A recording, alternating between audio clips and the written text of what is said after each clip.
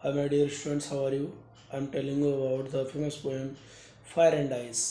Fire and ice दो अलग अलग वर्ड है जो दोनों वर्ड में बताया जा रहा है कि फायर वैसे आग, फायर का मतलब आग होता है और आइस का मतलब बर्फ़ होता है। लेकिन यहाँ जो फायर और आइस जो सिम्बलाइज़ कर रहे हैं, फायर सिम्बलाइज़ कर रहा है डिज़ायर को, लस्ट को, ऐसी डिज़ायर जो अनकंट्रोलिंग डिज़ायर है। और आइस है उसमें सिम्बलाइज कर रहा है नमनेस, एकदम हम किसी के प्रति एकदम कम्प्लीटली हेट करें, एकदम उसके प्रति एकदम कम्प्लीटली सुन्न पड़ जाए, उसमें ध्यान ही ना दें, एकदम उसकी तरफ कोई ध्यान ही ना, अट्रैक्शन ही ना हो, वो चीज़ें दिखाई जा रही है। सुन्न पड़ जाना, नमनेस दिखाना, जैसे कि आइस का एक करेक्टरिस्टिक है।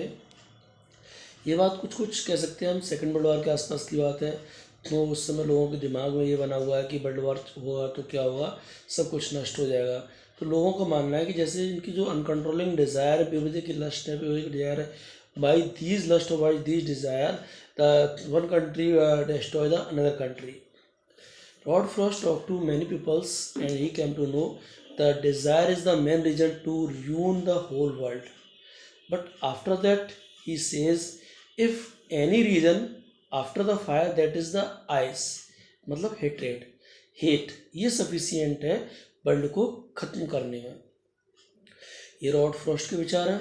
और यहाँ जो आपको मैंने बताया जैसे कि फायर सिम्बलाइज कर रहा है डिज़ायर को, लस्ट को, और आइस कर रहा है हेट्रेड को, नमनेस को, घृणा को, ये सब चीज़ें हैं। इनमें जो राइमिंग स्कीम है ए और ए बी इस तरह से हैं। लास्ट के वर्डों के जो समान सिमिलियर जो प्रोनाउंसिएशन होता है वो एक जैसे होते हैं, उन्हें ए बोलते हैं, और थोड़ा डिफरेंट होता है उन्हें बी बोलते हैं। आप अच्छे से पढ़िए, समझिए इसमें। और अगर ज्योग्राफिकल रीजन के हिसाब से देखेंगे तो ज्योग्राफिकल रीजन के हिसाब से हम देखेंगे फायर का मतलब जो जरूरत से ज़्यादा पॉल्यूशन बढ़ रहा है, पैरावैग्निकरणें जो सूर्य के आ रही हैं, तो पूरी चीज़ को जो बहुत ज़्यादा आइस को मेल्ट कर देंगी या बहुत ज़्यादा जला देंगी पूरे समाज को।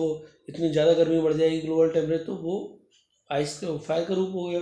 और आइस का रूप क्या होगा, जो उससे जो ग्लेशियर्स मेल्ट हो जाएंगे, चारों तरफ ठंडक हो जाएगी, वो आइस का रूप हो गया। एक ज्योग्राफिकल रीजन ये भी हो सकता है फायर एंड आइस का, ठीक है।